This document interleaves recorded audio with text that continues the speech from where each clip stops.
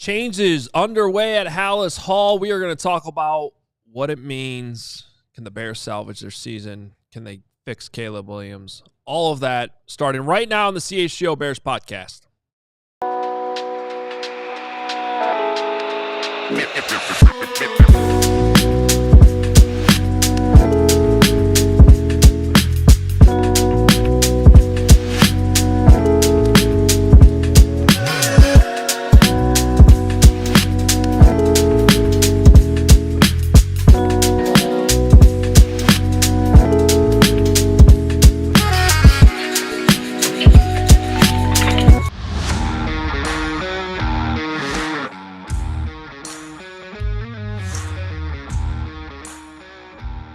Welcome in to a big edition of the CHGO Bears Podcast.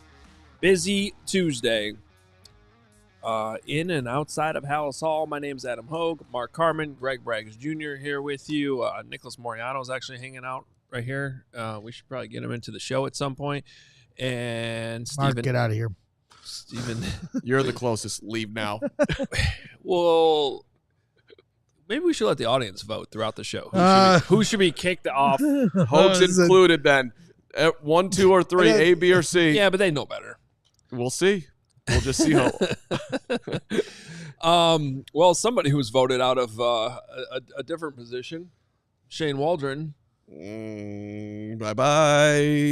Not to celebrate anybody's death. That's sad. Singing is not going to help your voting cause. Why don't you have a Shane Waldron song ready to go? B, he didn't die. No, he didn't. He's maybe. He said that. Did he say that? He said nobody's celebrating anyone's death. Shame. Oh, yeah. He's Shane definitely, if you put a poll out right now, he will be off this show. Okay. We're getting a little loopy here. It's been a day. Busy morning. If you missed it, earlier we had an emergency podcast. So you got that to look forward to when you get out of here. You can go back and check that out. We also have a big edition of the 85 with Cole Kmet coming out later, which will be at 7 p.m. That'll debut tonight. We got you covered everywhere with this big story today. Shane Waldron out, Thomas Brown in. Again, a lot of our reaction we kind of already covered in our earlier show, but I do think it's worth trying to diagnose what exactly happened here, because I do think there's still an underlying problem about what happened yesterday. First of all, I'm not gonna lie, I am relieved that some type of change was made this morning, because I'm not gonna lie to you, from what I understand, like, there was actual back and forth yesterday. Like, Matt Eberflus, and I reported this yesterday during the day, like, inside that building, they didn't really know what was going on. And but this was my own intuition by the time I was going to bed last night. I was like, I'm not sure they're going to do anything. And then, so I was kind of like, well, maybe they're going to keep Shane on the staff, but still give Thomas Brown play calling. And that just sounds like a disaster. Like, this was a situation that you can't go back in time and fix it. But I do not know why it took all day. I'm actually concerned about why it took all day. I would love to have been a fly on the wall in some of those conversations. Did somebody come in over the top and force this move? I think these are all valid questions that I don't know we'll ever get the answers to. Maybe we will down the road. But whether it was Flus on his own, Ryan Poles having to get involved, Kevin Warren having to get involved, I don't know. But eventually it led to the logical decision that there needed to be a different voice leading the offense. And we're going to talk about it on the show, who that voice is and why it can make a difference. But the process of what exactly went down and some of the doubts it still leaves you, I think are valid. Yesterday just seemed like a cut and dry, wake up in the morning, here's the changes we're implementing. This is what we're doing going forward. And I think it's going to, thank God today's an off day for, at least an off day for the players. It certainly isn't for the coaches. They're in there scrambling right now trying to put all this together and game plan for the Packers. But I think there were a lot of people scratching their heads yesterday going, what the hell is going on right now? Well, when you think about what you're saying, it does speak overall to a problem with the head coach. Dude, you watched the last 3 weeks. You experienced Sunday. You watched the tape Sunday night. How did you not walk in on Monday morning and have a definitive idea that I have to move forward? This isn't working. My quarterback looks like he belongs playing for Niles North and not the Chicago Bears right now. I cannot go forward with this. The fact that he had to go through the entire day, and maybe you're right, Hoge, maybe someone did come over the top and help him out with the decision or force something to happen. Because if he didn't know it at 8 in the morning, I am curious as to figure out how did it crystallize by whenever it crystallized by midnight that indeed this is the call. Somebody had to have been in his ear, you would think. So that is concerning. There is a zillion things that are concerning. But let me throw one more thing out there that I think is the most concerning, if I may, Greg, before you get in here. What are the chances that if you are a generational, as advertised, quarterback, the number 1 overall pick, Hoge's already scratching his head. Yes, what? Well, we have a rundown. Jesus, you're killing me. Oh, okay, that's later in the show. Yes, we have a whole segment for the quarterback later on. We had meetings for 48 hours. I went over there and was preparing for this. You had your Flus meetings? I was having I was watching my guy Sylvie get after it. I'll save that thought. I'll save the thought. Tease. Go ahead, Greg. There's a thought that I have on the quarterback that I will save to the appropriate time. That's my fault. That would be C Point block. the thumb. My fault. Go ahead. That would What be do you C got? block. That would be the appropriate time as per the Okay, rundown. C block. Respect the rundown. Respect the rundown. Respect the one shot. Respect the rundown. Respect the one shot. We're gonna have 10 commandments by the end of the year. I like that. Yeah, I like it too. Some structure around here. Damn it. I just think Matt Eberflus is in denial, right? I mean, a couple weeks ago he says, 15 yards doesn't matter. They did matter. And then yesterday he's like, well, we are playing complimentary football. No, you're not. Why are you trying to lie to us? There's evidence of it, Greg. There's evidence of it. Respect the one shot. Respect the one shot. Respect the lack of evidence and you trying to sell me water while you're pissing on my leg. However that saying goes. I don't think that was it, but great saying. Like that. Love that saying. One of your best sayings. Something like that. Yeah. And so, I don't know. For me, I think Matt Eberflus is in denial. So maybe he did want to keep him yesterday. Maybe somebody did come over the top. Kevin Warren walks into Ryan Poles' room, says, fire somebody. So what's the decision? I don't care who it was. Right. Well, can we talk even about this release? Where'd that helmet come from? That was amazing. Great job by I Steven. don't know what just happened there. Nick was there the whole time. Upper management. This is one sentence of the release, a quote from Matt Eberflus, which again is from a statement, so it's pre-written. But this decision was well thought out, one that was conducted deliberately and respectfully. What does that mean? What it is he feels the need in the second sentence of his quote to defend what happened yesterday, which is fine. But I just feel like that's just such a Bears quote. You're so worried about being deliberate and respectful, and it's great. How about some accountability? How about just you called the dumbest play I've ever seen called in Indianapolis. You called a handoff to an offensive lineman in the biggest moment of the biggest game of the season. Nothing's working offensively. The quarterback's regressing. Every single person around the league could see it black and white, and you needed, for some reason, more than 24 hours after this latest debacle to make a decision. Just at some point, can the Bears just act like a normal NFL organization? Sure. Seriously, who cares at this point? Deliberate and respectfully. No one's doubting that it would have been handled respectfully if it was done at 8 a.m. If it had done at 8 a.m. yesterday, I bet you even Shane Waldron were like, I get it. Yeah, this isn't working. Well, he wouldn't have liked it, but I don't think there would have been any doubt about respect. Actually, if I'm Shane Waldron, hey, man, why did I have to hang around all day yesterday if you respected me? I could have gone apple picking. I could have worked out. He probably spent 10 hours prepping for the Packers. That he didn't need to do. Right. He was in the building all day supposedly. He was having dinner over there. The dude put the guy out of his misery. That wasn't exactly respectful. Hey, will you just hang around all day long while I try to figure out if I'm going to fire you? You're joking, but that's what happened. I understand. He announced in a press conference that there was going to be changes. I understand. Believe me, I had people texting me that the dude was having dinner at the facility. So he had a steak supposedly.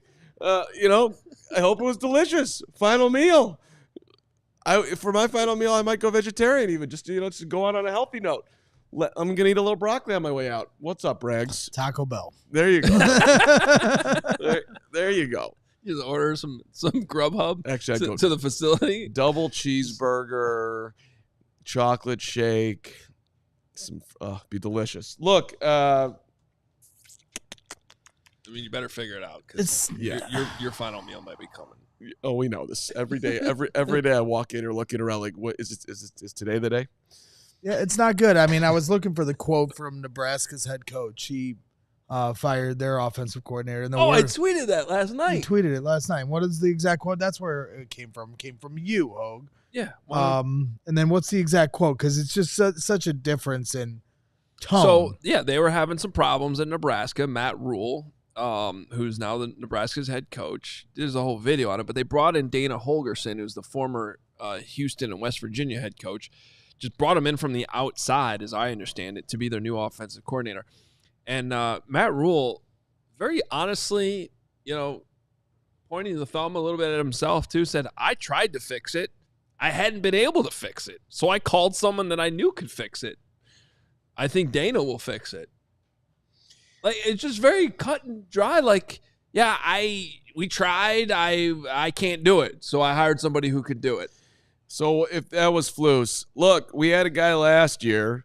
By the way, we didn't love the quarterback last year. We traded him for a 6th-round pick that we're hoping will turn into a 4th-round pick. But we had a guy last year. We didn't think he was good enough, so I fired him.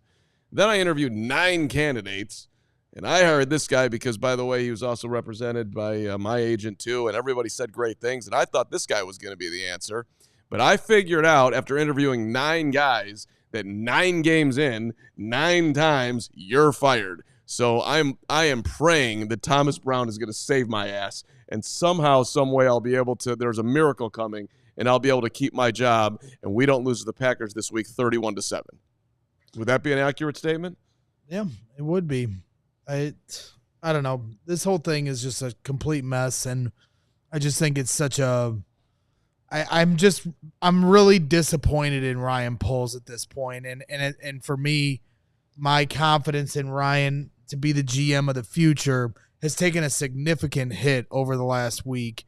And I don't expect you to be perfect, but I do expect you to do the obvious and the most logical. Would it make you feel better if you found out that he came in over the top to make this call? I'm not saying that's the case, but I'm just asking hypothetically if that would make you feel better hearing that. I guess, but the job's not finished, as Kobe Bryant once said. The job's not finished. Yeah. Half measures. We don't take half measures, and this is a half measure, firing Shane Waldron. The other half of this equation is the guy that continues to hire offensive coordinators that don't work out, the guy that has 8 different assistant coaches or coaches beneath him that have been fired under his tenure. Matt Eberflus is the common denominator. And really, ultimately, Ryan Poles, you're now part of this common denominator that I've been leaving you off of the blame game list. And it's just a reality, and that's disappointing to me. But, now I have to hope that smarter minds step in, and maybe that was Kevin Warren yesterday. I don't know. We can get deeper into the Poles part of it coming up here at some point. And also, I would like to complain that the day that the Chicago pivot comes out, Michael Reese comes out that the Bears are looking to, they're getting creative, and we don't have, it's not even on the rundown to talk about the fact that there might be a Chicago pivot that's happening. The stadium might be staying here because the Bears are so dysfunctional that we can't have any fun. The Bears might stay in Chicago on the new Michael Reese site. That is BS. You are such a sucker. Yeah, he is. Yes, I am. Yeah. Yes, I am. And that's you should. Planted story I've ever seen in my life. The stadium PR team is the only people that actually have a good game plan. Every time there's a huge story, the draft, the Bears in London, someone getting fired, they're like, this is our moment. Let's slide in that news we've been holding on to. I believe you. Michael Reese, it's happening. Let's freaking go. You got me again. I'm fully in. Love Michael Reese. We're going to have some great senior living over there. It's going to be a big hit in Springfield. Let's go. Okay. That's what the story said. Senior living developed on Good that for you site. for reading the story. I was busy covering the coach that got fired. I can't wait to live there. Senior living right next to the Bears Stadium. I'm in. Let's take a break. Senior moment. Yeah. Senior living. With Empire today, you get shop at home convenience, the right product for your needs, quick and professional installation, and a low price guarantee. Empire today is the best place to get new flooring. So they got copycats. Empire cannot be beaten on quality, service, speed. So their competitors, they're trying to advertise low quality products that Empire simply won't carry. Empire's not going to promise you the lowest prices because anybody who's doing that is putting flooring in your home they wouldn't put in theirs. Check out their virtual floor designer. Great way to see how new floors will look in any space. Super easy. You just snap a picture, instantly see how those floors will look in your room. And they service their own warranties. If an issue does arise, just call Empire. They service all their warranties themselves. You don't have to track down a manufacturer's phone number. So schedule a free in-home estimate today. All listeners can receive a $350 off discount when they use promo code CHGO. Restrictions apply. See EmpireToday.com/CHGO for details. And we are sponsored by the Chicago Sports Network, the new home for the Blackhawks, Bulls, and White Sox games. CHSN will broadcast more than 300 live games per year across the Blackhawks, Bulls, and White Sox. They're also going to feature a full lineup of original Chicago-focused sports content. Chicago-based, Chicago-built, Chicago to the core. They're bringing it to every corner of Chicago across our 77 neighborhoods and beyond. At CHSN, Chicago comes first. Visit CHSN.com for more info on how to watch the Bulls, Hawks, and Sox games all season long. What's up, Nicholas Moriano? How's it going, you guys? Nick joining us now on the show. We're going to talk a little bit about Thomas Brown real quick, though. You know who got fully suckered into that Michael Reese Stadium situation? I was talking to Jake, our GM, earlier. Don't you throw cold water on this, but go ahead. Who got? Yeah. No, I'm talking about taking your eye off the ball. Okay, so this morning Jake was doing a deep dive on Michael Reese. He knows the date of birth. Great. He died. He apparently at this hospital they fixed polio or something. That's my leader. They invented the incubator. That's my leader. Yeah, these are all. I'm like, they got you.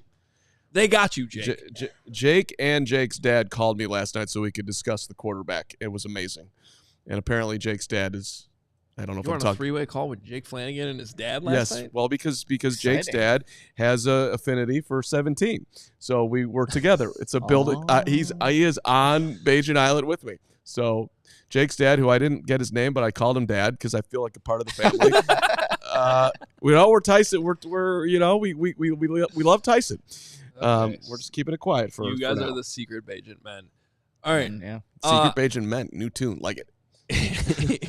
We must move forward. The Bears must move forward. Thomas Brown is now the OC. And Nick, we gotta learn a little about what we are getting here with Thomas Brown, who interviewed for the OC job, did not get said OC job, and wasn't hired anywhere else.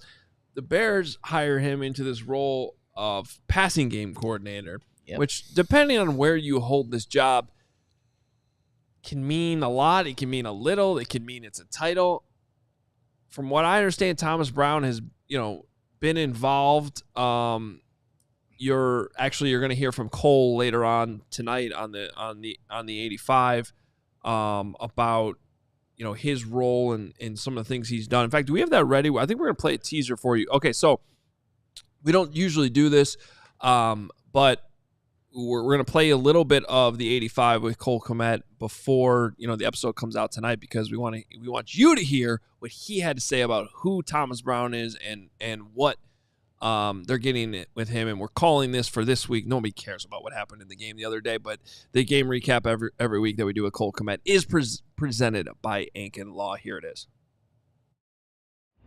In what ways can just having a different voice change things or spark things a little bit? Yeah, well, I think I know everyone's got different philosophies and perspectives in terms of offensively of how to do things, and maybe Thomas can kind of come in and bring in a fresh perspective to kind of get us going here, and maybe to provide a little bit of a spark. So I know everyone's got a different set of beliefs in terms of how they go about and executing an offense and whatnot, and maybe Thomas can come in and kind of give us a spark in that regard. What can you tell us about Thomas Brown? Yeah, well, I've loved Thomas since he's gotten here. Obviously, people that don't know, he was in Carolina last year, and he had been in LA in years prior to that, and he's been great with us so far. Kind of obviously not on the forefront of things, for most part of the season, but he's a guy that he comes up and does our Saturday meetings after we have our Friday practice. Kind of we go over the Friday film with him, and he kind of goes over some of those detail and finer coaching points from that Friday practice. And but I know the guys will be behind him and are excited for him to have this opportunity. And that little sneak peek of the 85 with Cole Kmet, again, coming out tonight, premiering right here on CHGO at 7 o'clock Central. And that is brought to you by Ankin Law, injury law made personal. They're here to help. Visit ankinlaw.com to learn more. Guys, Thomas Brown is here's what I definitely know about Thomas Brown, because he spent a year at Wisconsin back in 2014. Melvin Gordon was one of his running backs. He coached some really good running backs at Georgia after that. He contrasts from Shane Waldron in a lot of ways. The most obvious one that I would say is energy. So, when we talk about if one of the weaknesses of Shane Waldron was being unable to command the room, I think Thomas Brown's going to be able to do that. Thomas Brown was somebody who went from a college position coach to assistant head coach of the Los Angeles Rams. Sean McVay made him his assistant coach after just one season there. Okay, now why did he leave L.A.? Well, like a lot of these guys have had to leave L.A. Sean McVay calls the plays there. So if you want to advance, you ultimately want to become a head coach, you are going to have to go somewhere else to get that opportunity. So he goes to Carolina to be the offensive coordinator, and it went poorly for a lot of different reasons. And I think that that's one of the reasons why maybe the Bears struggle to just hire him originally as the OC, because hiring the OC of the last failed number one overall quarterback would have been a tough sell at the time. It still kind of is, to be honest with you. But from what I know about Thomas Brown and what I've heard about Thomas Brown, what I feel like he's already done in that building, I think this is a completely different scenario. And if anything, I think it's actually likely that whatever went wrong in Carolina last year and whatever, he learned good or bad from coaching Bryce Young will help him do things differently or better with Caleb Williams, who, by the way, I still believe is much more talented and in a much better position to have a long, good career than Bryce Young. And for Thomas Brown, too, in Carolina, there was a lot of flip-flopping of the OCs going on there. Frank Reich was first calling plays. 0-6. 0-6. Turned it over to him. And turned it over. And so Brown really called the final 6 games for Carolina. And there were some very mixed results, but the Panthers at that time did not have the weapons that the Bears currently have on the outside in terms of targets for Caleb Williams. And take this with a grain of salt, and the Packers have changed their defensive coordinator since last season. But the best outing for Thomas Brown and those Carolina Panthers came in week 16 against the Panthers, or against the Green Bay, 33-30 loss. Bryce Young, 23 of 36 for 312 yards, 2 touchdowns. No interceptions against the Packers last year. And I get it, it's a different DC, but if you're looking for maybe just a little bit of optimism with everything going on with the Bears, maybe Thomas Brown can bring that. And I also like that being a former player playing collegiately as a running back, I just think naturally he's just going to have a better connection with some of the players in this locker room than obviously Shane Waldron was not able to have when he was here. So that's the part of it that I'm most optimistic about or most hopeful about. Former player, got to watch the first 9 weeks. If we're trying to be optimistic about this, look, and we're going to get to this, at the bottom in about 5 minutes here, more in detail with Caleb. But I am hopeful that this man, that Thomas coming in here, is going to speak some truths about what he's been seeing and hold a different standard that everyone in that locker room has been talking about is not good enough. So, you've been elevated.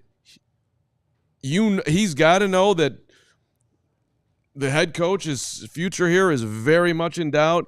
So I hope whatever cards he wants to play as far as getting this offense going forward, I hope he plays them and does not, tiptoe through the tulips, as my good friend Edel Bradovich used to say, and just come in there and do what he thinks is necessary for the betterment of the football team. Yes, Hoge. Well, I was just double checking something real quick because I always want to be careful with this. We always try to be optimistic here. But this is one of the many reasons why I think, you just keeping status quo would have just been one of the dumbest things this organization has ever done. So now that we're here and fans can use a little bit of optimism, I'm not saying this exact same thing will play out. But if you're going to be pessimistic and be like, when has this ever worked before that you're changing play callers in the middle of the season? Greg brags from the distance, it won't work. It won't work. Probably right. Respect the one shot.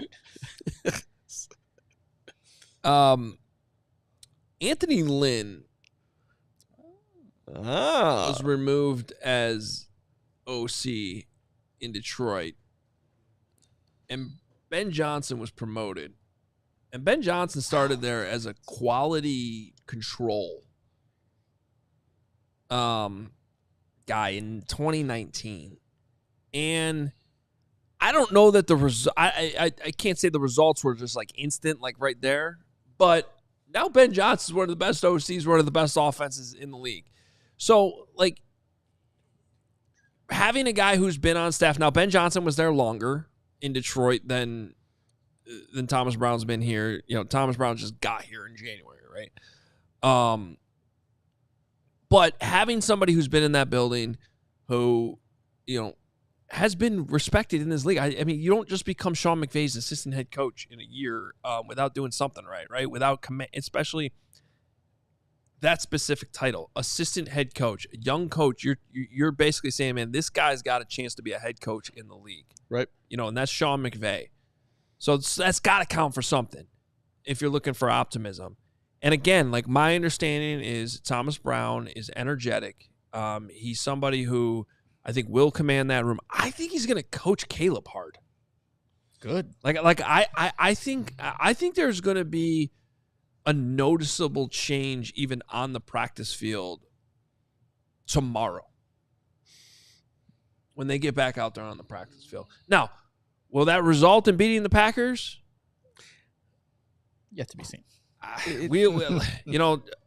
Johns and I accidentally did a segment the other day called "We Should Know Better," and that probably applies to that. Yeah.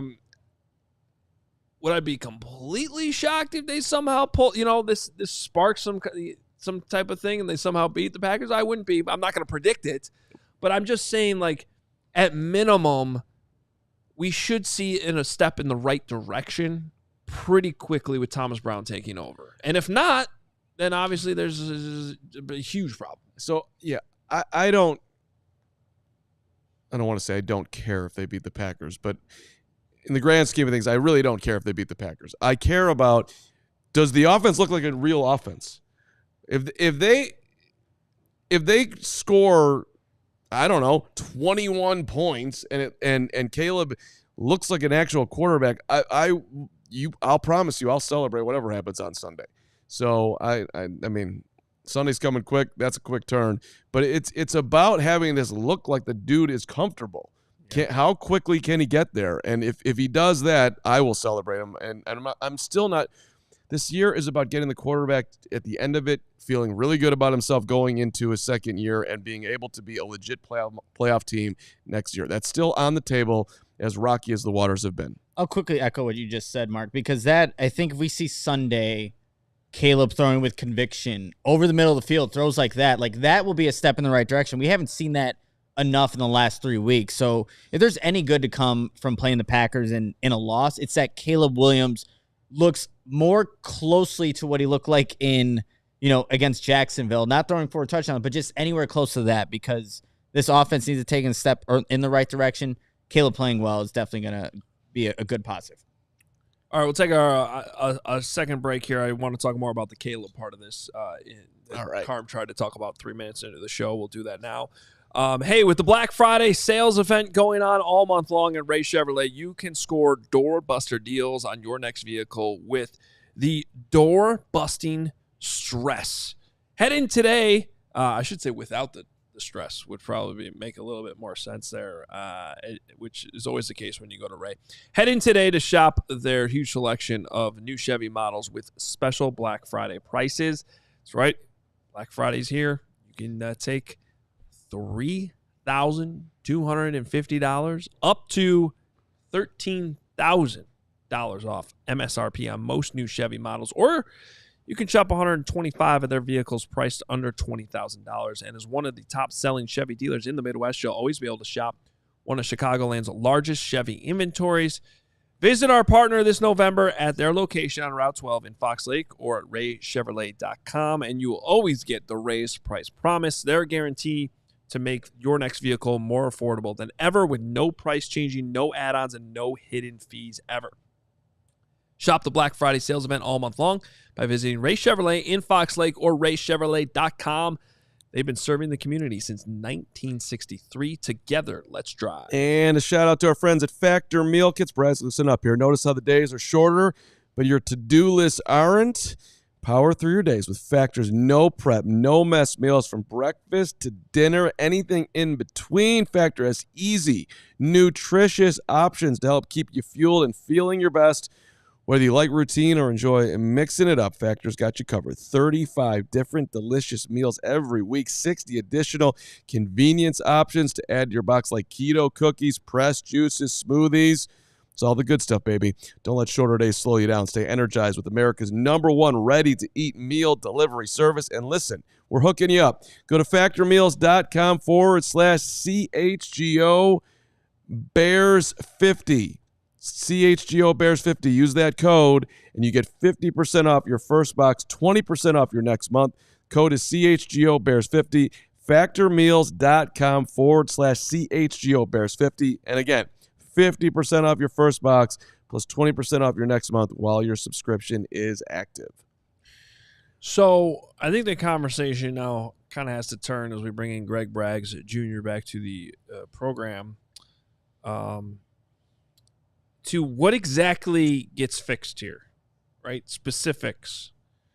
And I think there's kind of two separate conversations here. One is the quarterback, and then one is some of the other things, although they're clearly intertwined. Let me just give you a short list of things I think can improve. My mental health. Braggs' mental health is number one. Let's go, Greg. Number two is, one of the quickest things you might see change is if there's, and there has been, issues with effort at times on the field. I don't want to say guys are checked out, but when they're not necessarily respecting the voice or respecting the calls or respecting the personnel or whatever it is, maybe in some cases not respecting the young quarterback, just getting a new voice in there to kind of jumpstart this thing could at least temporarily provide a little bit more power to the operation. Okay, so that's one of the quickest things I would look for on Sunday at Soldier Field. First quarter. What does it look like? Do the Bears get off to a better start? Does the effort seem to be up? Those are all, that's more of an intangible type thing. Now, specifically when it comes to the scheme, they got to figure out their run scheme. They got to get on the same page there.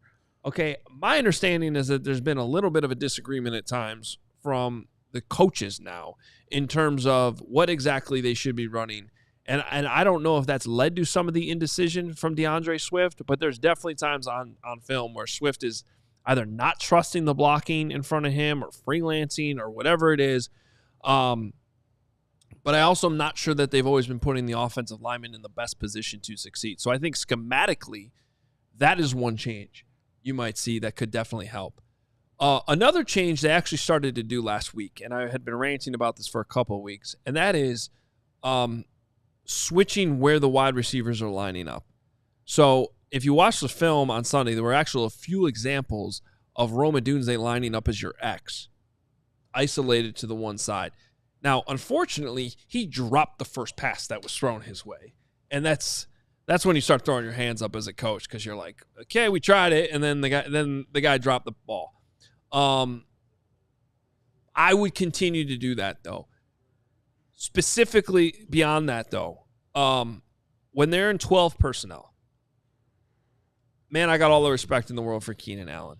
You used a top 10 pick on Rome Odunze. He needs to be on the field.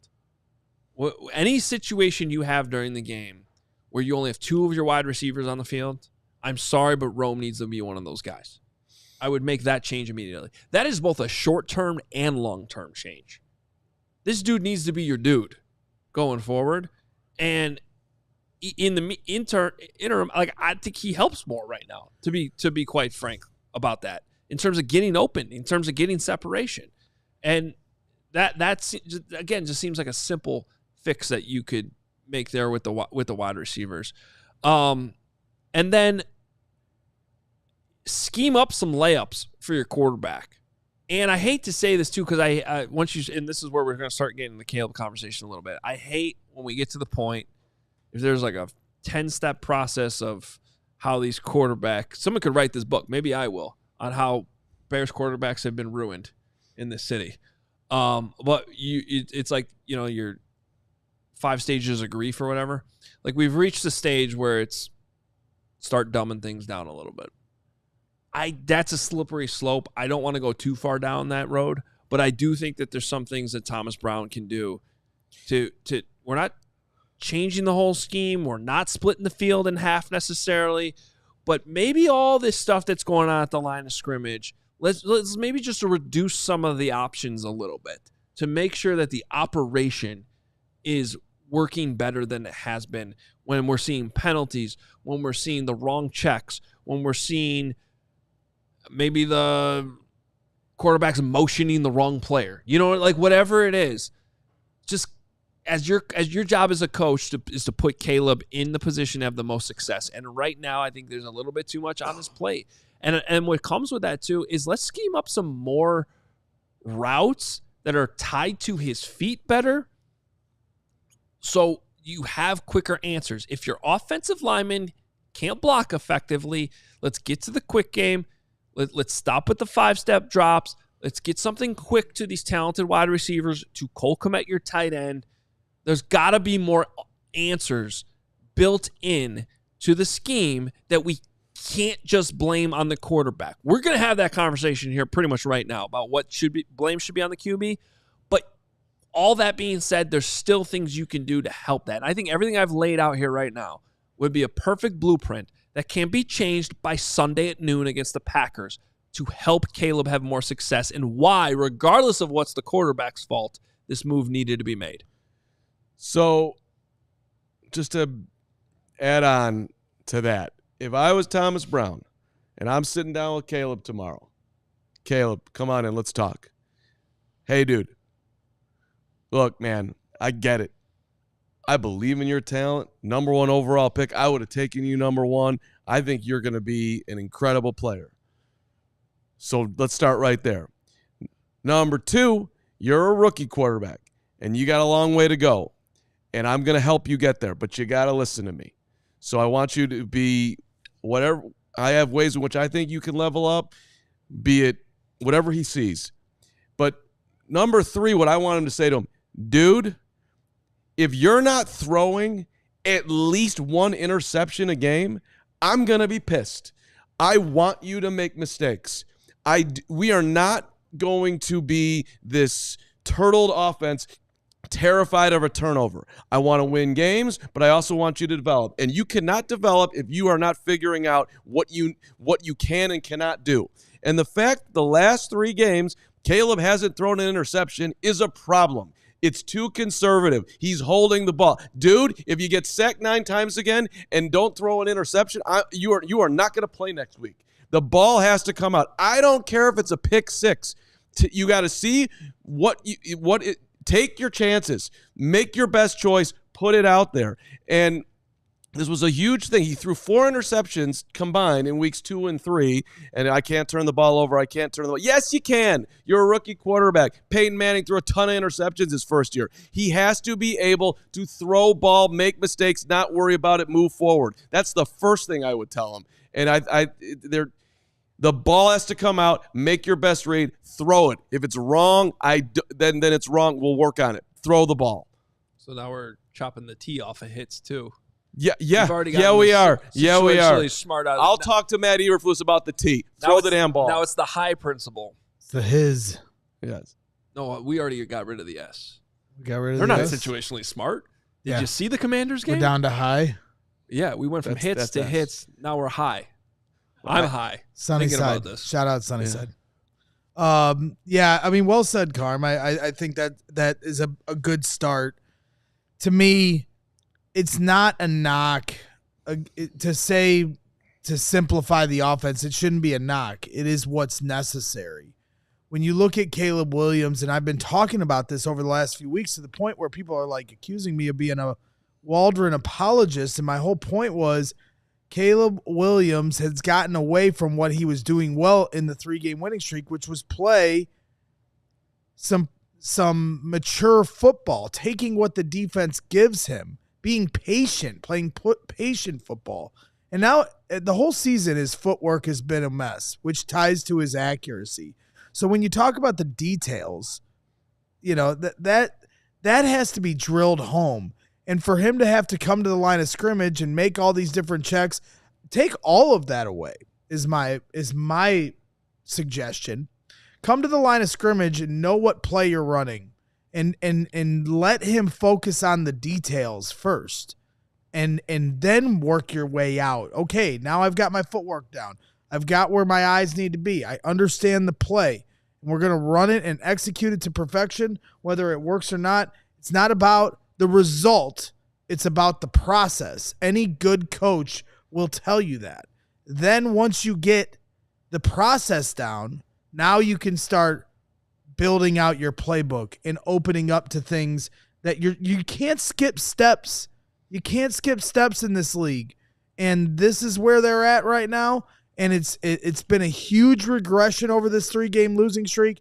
And now you face a team that leads the league in sacks in Green Bay at home. And then next week you face a team that leads the league in turnovers in the Minnesota Vikings. And then you play the Detroit Lions, who are one of the best teams in football. And so for me, you've got to simplify this. Don't worry about the results. Focus on the process. Dude, okay. Well, you guys want to know the next step? What do you got over there? What's happening? Well, I'm just saying the steps on how this goes, because we've all been here. Which now we're talking about dumbing down the offense. Yeah. And then the next one, which we've all seen this before,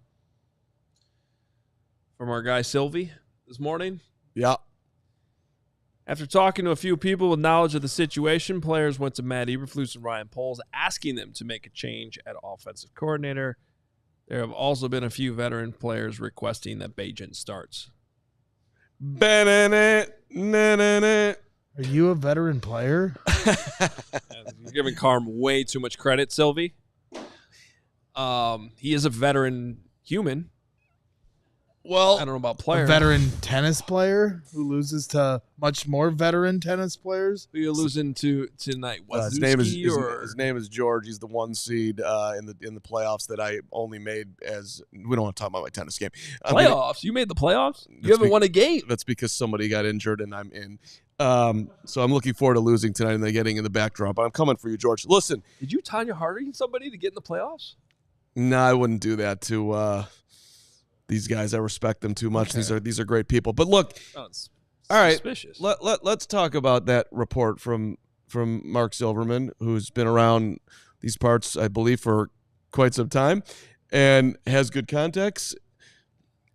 We have heard a lot from different players. You've underlined this, Braggs. Cole Kmet, talked about what are you doing in the dark, and Jalen Johnson, DeAndre, all these people talking about details.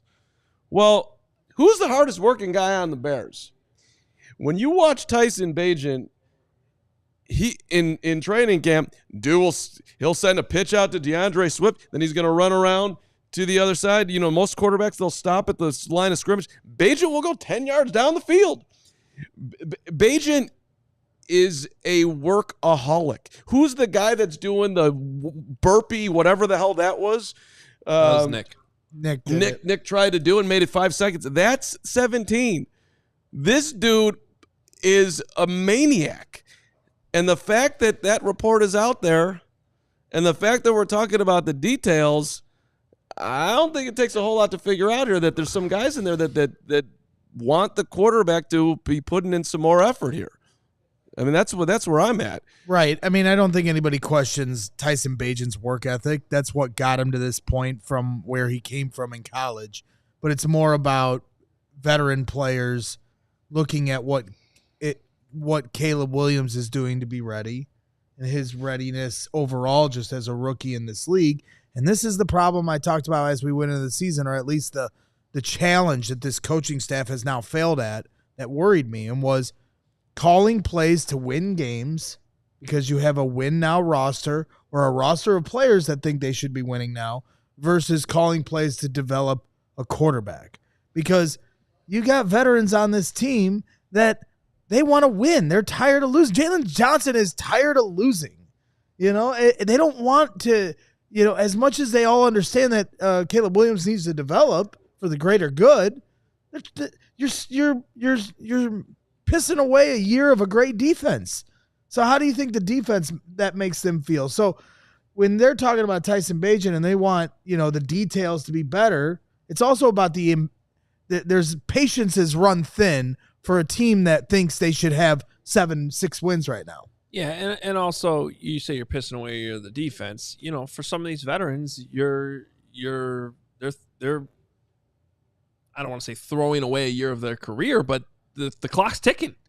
And so, look, this Sylvie tweet, it doesn't really bother me that much. It's before I teed it up, it's very, very predictable. This always happens. And I always say this too, regardless of what we're talking about. There's never been an NFL locker room that's unanimous on everything.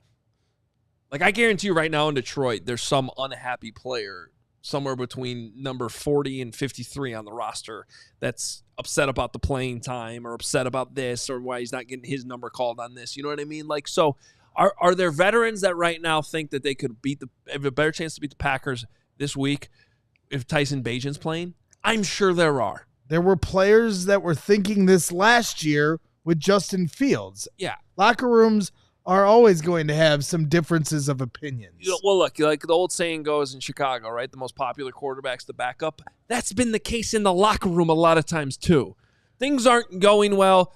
So I'm not that worried about this. What I do think, though, matters is, look, it would not have been popular. I probably would have criticized it myself.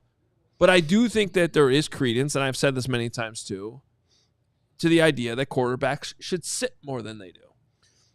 But the reality is that just was not going to work with Caleb in this particular situation. We sat here, and at least I did, and gave them a lot of credit. I told Carm the second he was drafted that the first press conference they were going to name him the starter. That's exactly what they did. I asked that question. I think it helped. I think it helps that he gets the majority of the reps in training camp. And the reality is you've already made that decision. You can't change it now. Now, I agree. Now, especially now that you've made a coach. So this is how you got to handle this. You made the coaching change. So you let Thomas Brown take over the offense, take over the coaching of Caleb Williams. Maybe he needs to meet less with Matt Eberflus. He says they meet every day. Maybe that's a solution.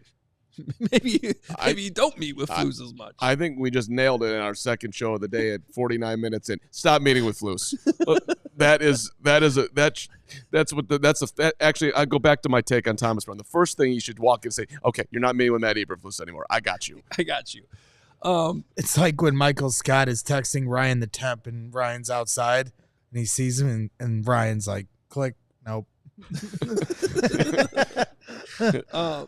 But so now you don't bench Caleb.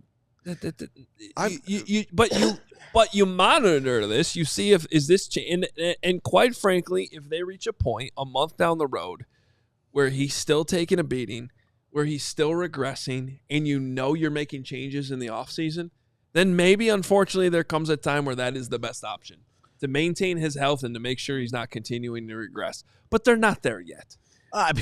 No, I agree, but this has been going on since the Texans game, right? I mean, he almost got his head taken off in that game. Rewind the tape. That's what I was saying. Like, guys, if you don't simplify this for him, he's gonna hurt himself. Everybody's just so quick to blame the offensive coordinators and the O-line, and I've tried to hold serve here. I understand it's an unpopular thing, and I have all the belief that Caleb Williams will end up being the quarterback we all hope he can be. But I don't think he doesn't. You don't have to duck criticism for Caleb Williams. We don't have to try to, treat him with kid gloves. I think he's going to hold himself to a higher standard too. He's a young player. He's making mistakes. A lot of guys, like you said earlier, everybody's got a hand in this right now. O-line, wide receivers, coaches. But at the end of the day, Caleb Williams holds a lot of responsibility to this. And so they have to do everything they can. He's not going to get benched. I mean, that's just not happening. I don't care who wants it, fan or veteran player otherwise. So what do you do to make sure you can get the most out of him while you're doing that? Now, to your other point, when you talk about every player on this offense and team, but let's just focus on the offense, control what you can control. Yeah. Caleb Williams, you might not agree with a play call. You might know you got a hand tied behind your back with the offensive lines, a bunch of third stringers out there right now. Control your footwork. Control the fact that you need to get the ball out quick. Keep the details correct.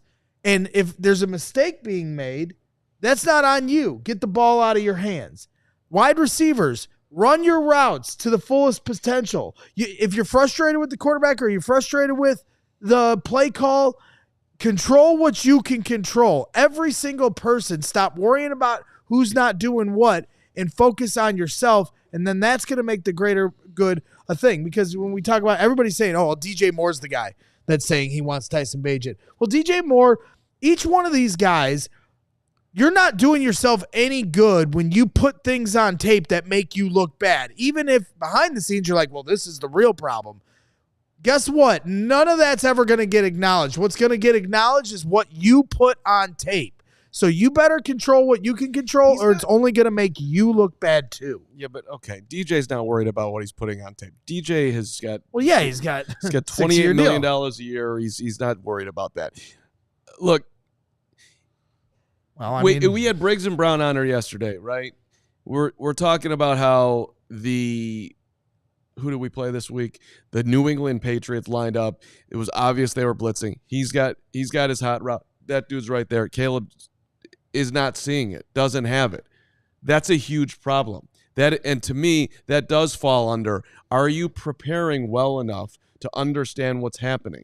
Because clearly, at least on what we're seeing, is the answer to that is no. So look, he's a rookie quarterback. People have a learning curve on how much time it's going to take them to be successful on Sundays. This is not an indictment of him, but I do think it's a calling out that his preparation seems to me at least needs to improve so he understands what he's seeing. Now, also, he's a rookie quarterback. These are NFL players, happening super fast, super difficult, to the point that a lot of guys will make, and Hoge touchdown. Playing rookie quarterbacks, it's too hard. But you drafted him number 1 overall, so of course he's going to have to be out there. But if you want to go long-winded now, but if you want to go on the positive side, go back to the Commanders game. It looked terrible for the whole game, but in the fourth quarter, the dude took him down and put him in the end zone twice One of them they blew with the Doug Kramer thing, and they should have won the football game. That's 2 games ago. He has all the talent. That's why it's not exactly. It's not a he does. This isn't a Mitch Trubisky situation where it's it's not about the talent. It's about the details. Right. That's what every single player is talking about. Right. And honestly, exactly. I'm getting tired of every player going to the media every Monday and talking about this stuff. You got 8 captains on this team. Easy. We have one of those guys on this team. And Cole knows. Cole knows how.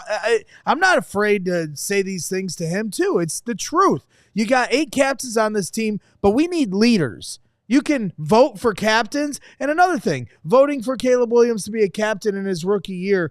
Lance Briggs talks about this all the time on the Briggs and Brown show. Actually. These guys need to earn being captains, and one summer isn't enough. 1 year on the team isn't enough.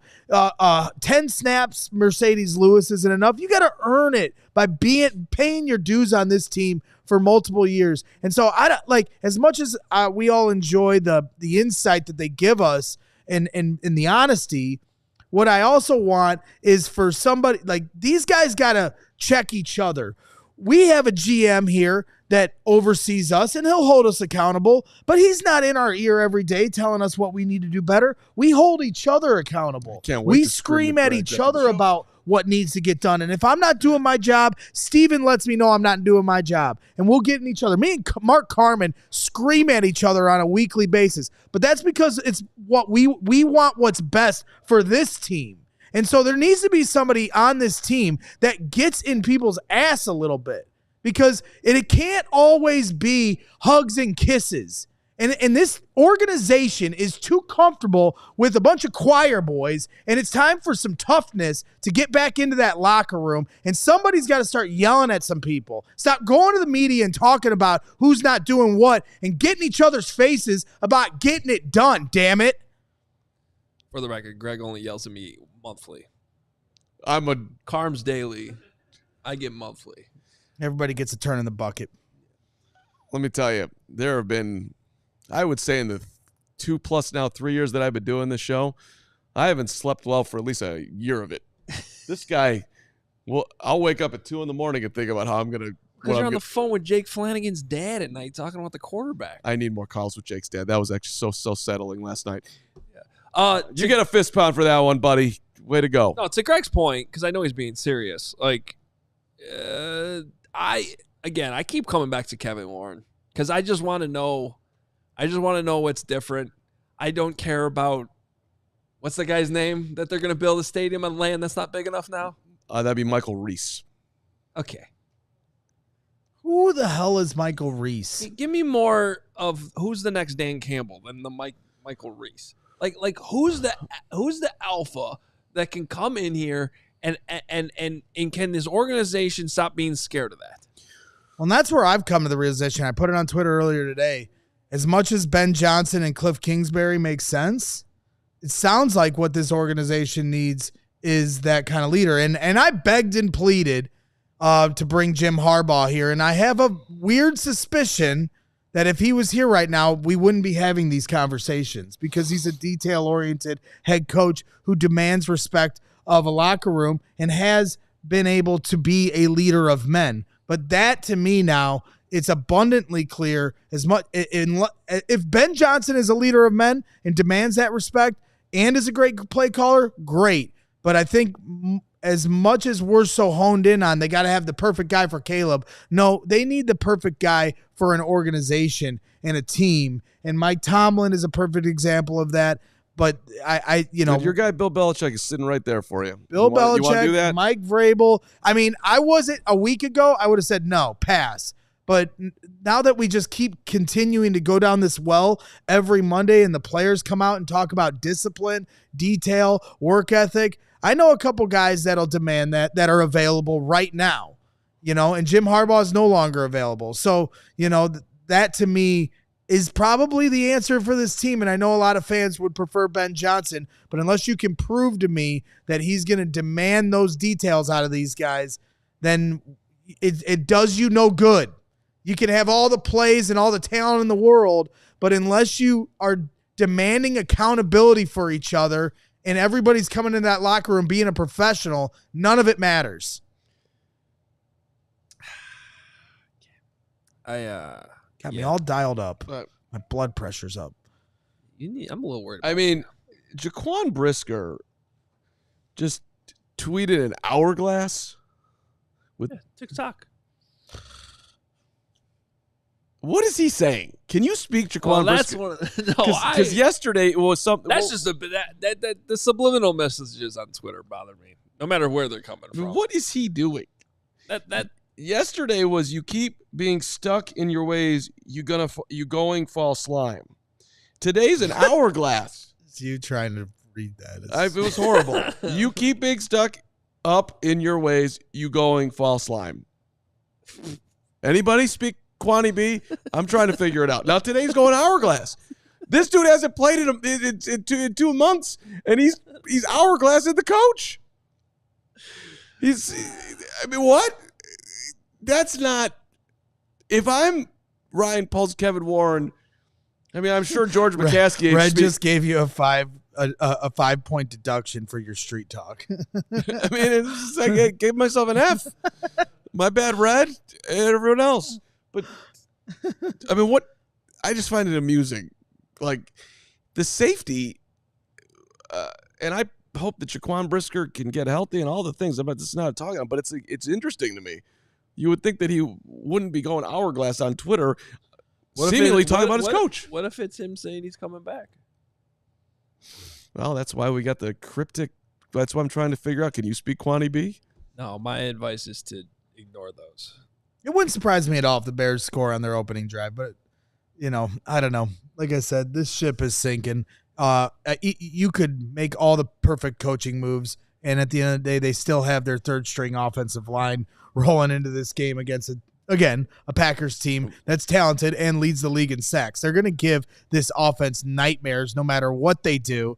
And so that's why the whole Eberflus thing is just funny to me. Like, it's sad and funny. And it's like, you're just going to have them go out there. They're going to mop the floor with the Bears. And then Monday or Sunday, when we're having our postgame show, we'll be having the same conversation. How do you keep Matt Eberflus?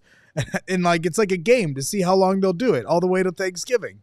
It's crazy to me. I said this to you on our emergency pod earlier. Greg, I am asking you, please, for your own mental health, get that out of your head. They're not going to fire him. They will until the end of the year. If they lose their next 3 games, I guarantee they will.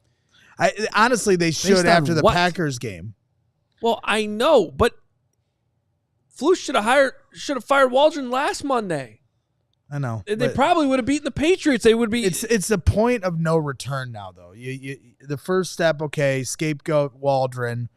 You lose 3 straight divisional games. It's not. I don't believe it. We got to get through these next 3 games, and they could surprise and win a game we're not expecting. So I'll leave that on the table, but I just have a hard time believing they're gonna just keep this on. I want to know what you're gonna say on our postgame show on Sunday if the Bears put up 33 points and beat the Packers by 10. Right. What will you do? Will you talk playoffs? It would be like Cody Del Mendo on the Cubs podcast. I'm ready to be hurt again. Yeah, let's get there first. Well, that would be what they would do is they would win that game. The offense would be back. Caleb would look great. Playoffs would be back. And then they look terrible against Minnesota. It is a week-to-week league. And then lose to the Lions. But None of that's going to happen, but it is a week-to-week league. Well, here's one thing I know. Is they've lost 10 in a row to the Green Bay Packers. Is that all? 10 in a row. All right, let's get to our supers and get on out of here. Aaron Bushnell, $10. The commitment to Eberflus is confusing to me. Why has Pulse continued to tie his fate to the fate of Flus? Does he have blind faith or are his hands tied? I don't think his hands are tied. And the blind faith part is... That blind faith has to be tested now. I wish somebody would tie my hands and push me into Lake Michigan. You got it. Aaron, my thought on that is I bet you if you had pulled polls the morning of the Commanders game, he would have thought he had a Super Bowl head coach. And 16 days later, I hope he's at least questioning that. Well, it's extremely concerning that. Yeah, it is. It really. That's an understatement. I mean, this guy stayed steady through the disaster that he created. When he blew the game to the Denver Broncos when we were up 80,000 points and somehow lost to one of the most pathetic teams in the league, and that team was able to turn it around, that's when I knew that this was my guy. Look, all I know is that when the Bears take a long time to make a decision, it's usually bad. A few years ago, they deliberated for, I think it was 72 hours to figure out to bring Ryan Pace and Matt Nagy back. That was the worst press conference of all time. Oh, it was. Absolutely was. It was the worst. It was horrible. It was the most demoralizing. Like, I know Greg said, like, this is depressed he's ever been as a Bears fan. I would love to have heard him after that.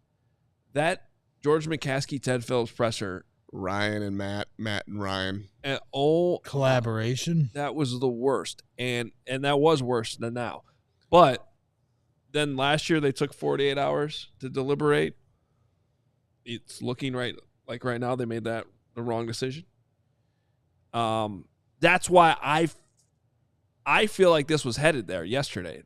There were 24 hours, and the decision was going to be to keep him. And then something changed. I don't know what it is.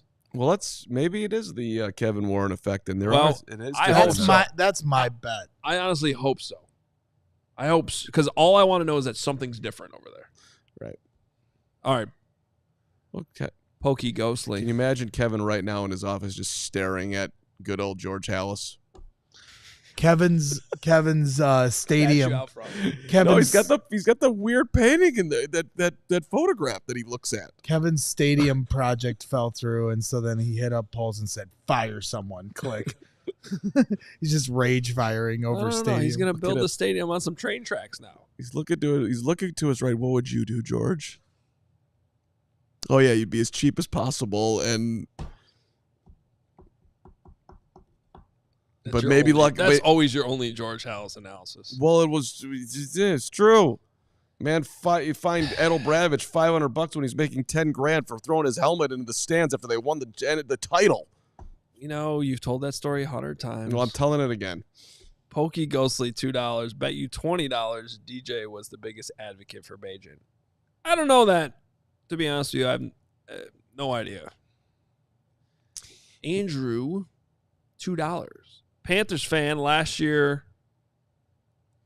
I think he's saying last year he wondered if Thomas Brown could fix Bryce Young. Like if they hadn't gotten rid of him? Well, it's very similar, though, to your point, to bringing that up, Andrew, that he came in midstream last year with a quarterback that was struggling in his rookie season. He did have the OC title all last year. He just didn't have play calling until the final 6 games. Right. Well, okay. But yeah. Excellent detail. My bad. But yes, there is some similarities here. The Iron Bear, $5. Did they ever give a reason why they don't fire a head coach during the season? That's a good question. Is there a reason? I don't know it. It's the thing in the press release this morning. It's all about being deliberate and respectful.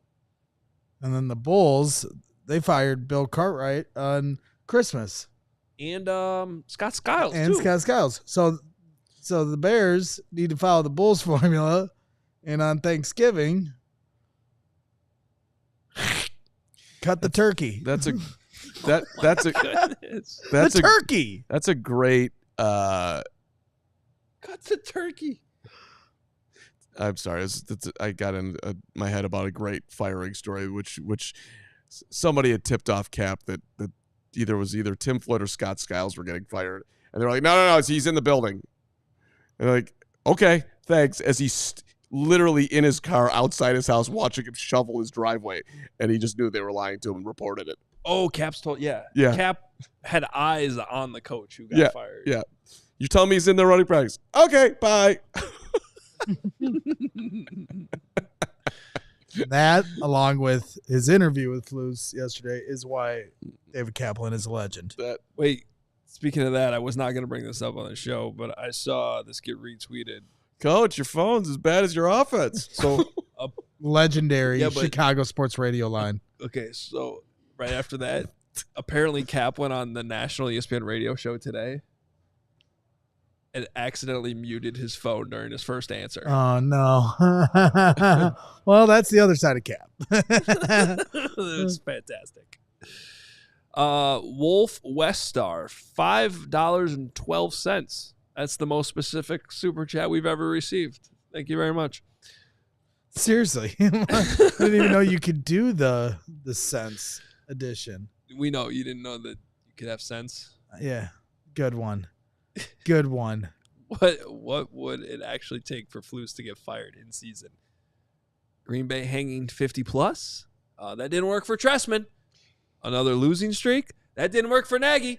Also, hi from Texas to everyone but Carm. Oh no. Oh no. Is he related to Pizzatola? Pizzatola's? Whatever. No, you know what, Wolf? You love me, and I think I do believe he will be out after Sunday. Thank you. Join me. I do. Who takes over? Richard Who Hightower cares? or Eric Washington? Don't care. Don't know. Richard Hightower's fine. We got Diego Reyes. Diego, thank you so much. 100 pesos. You guys rock, even through tough times. Big fan of yours. I'm flying all the way from Mexico City to catch the game. It sure looked better right after London. See you at the tailgate. # bear down. Let's go. Hey, for those who are coming out to our tailgate this week, or those who are considering coming out, there is a great chance that we will have a very special guest at that tailgate. Not confirmed yet. I'll confirm it later in the week. But I'm looking forward to potentially an awesome friend of the show. Is it Pizzatola? It is not Chubbs Pizzatola. is going to be there. Thank God. Now we got him. Can't wait to hug Chubbs. All right, 15. Bird 7F91. I'm too immature for that comment. Is there a way that CW18? What, the hugging Chubbs? Yeah. He's all, Hoge is like a. What He's if, like a 7-year-old. Can what get under center. what if Chubbs took a blue chew? Well, then he'd have a big Chubbs. Shout out to our friends at Blue Chew, great sponsor. We love them. Is there a way that CW18 can get under center more as often as opposed to the shotgun? Maybe try some quick slants to compensate for the not great O-line like the 49ers of the 1990s. We'll get that over to Thomas Brown, Burge. I like where your head's at. Guy Finley, $20. I've taken to calling this Sea biscuiting Caleb. You are trying to force him to be something. Stay in the pocket, do your reads, take no chances, and you're ruining him. Let him run. Let him be Caleb. Put the whip away. Seabiscuit was a phenomenal movie, and I love it. And let's just. Wasn't he also a real horse? He's tweeted that a few times, and I guess I don't understand the analogy because did they hold Seabiscuit back? Is that what they're saying? I didn't watch. Everybody go watch Seabiscuit tonight. I know Cap's a big Seabiscuit guy. I cry every time I watch Seabiscuit. He is a secretary. A secretariat. I'm sorry. Get it straight. Cap Whatever, doesn't know horse. good movies. He's one of the worst movie guys of all time. Wait, it's not just a movie. It's a real horse, right? He's a real horse. Well, you It asking? is? I don't know. Secretariat Oh, or Seabiscuit? Seabiscuit. I know Jesus. secretary. Secretariat's a real horse, Greg. I'm pretty. I know he is. Maybe Seabiscuit Wait, but is. Seabiscuit isn't a real horse. Okay, do the next super chat. I'll figure this out. Javen Terry, appreciate It's you. a real Carm, horse. you assume Thank you. players are talking about Caleb's work at the stop. Propping it? Caleb talks about the details nonstop. DJ Stop called propping him, up Tyson is what it DJ says. called him bossy. He got on coach's nerve for calling them too much. Stop pushing a false narrative. Javen, appreciate your opinion. Yeah, American Horse of the Year, 1938. He beat War Admiral. Don't try to pigeonhole Seabiscuit into a movie. Somebody My asked. bad. Somebody He's a asked in real the horse. chat. He Somebody had real asked, feelings. yeah, real feelings. Somebody asked in the chat, how do they get information about the tailgate? Go to allchgo.com/events. We have tailgates for every single home game, and all those tickets for any home game that you come to are available to you. Come on out. We start the party at 7:30. We got to get going here. Thank you very much. Wolf Wellstar, be out there on Sunday. We appreciate it. Sorry for dissing you earlier, Carm. Clark Kent, Carm waving the reading glasses around is the best, Carm. Keep gesticulating with those spectacles, my man. You got it there, Wolf. I appreciate your support, even if you are the cutest wolf I know.